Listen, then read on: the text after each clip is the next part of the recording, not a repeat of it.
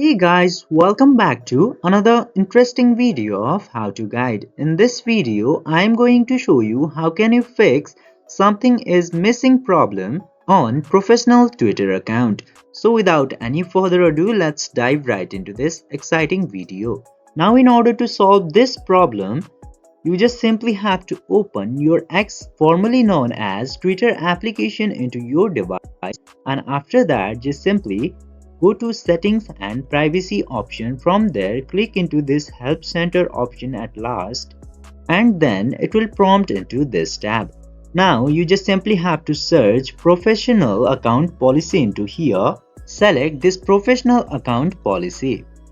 From here you can read requirements for professional account and you will find what's missing in your account to make it professional.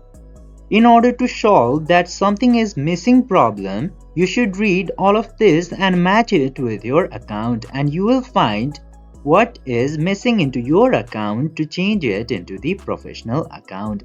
And after that you can sort out that problem.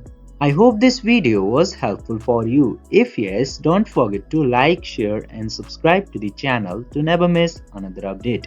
Thank you for watching the video.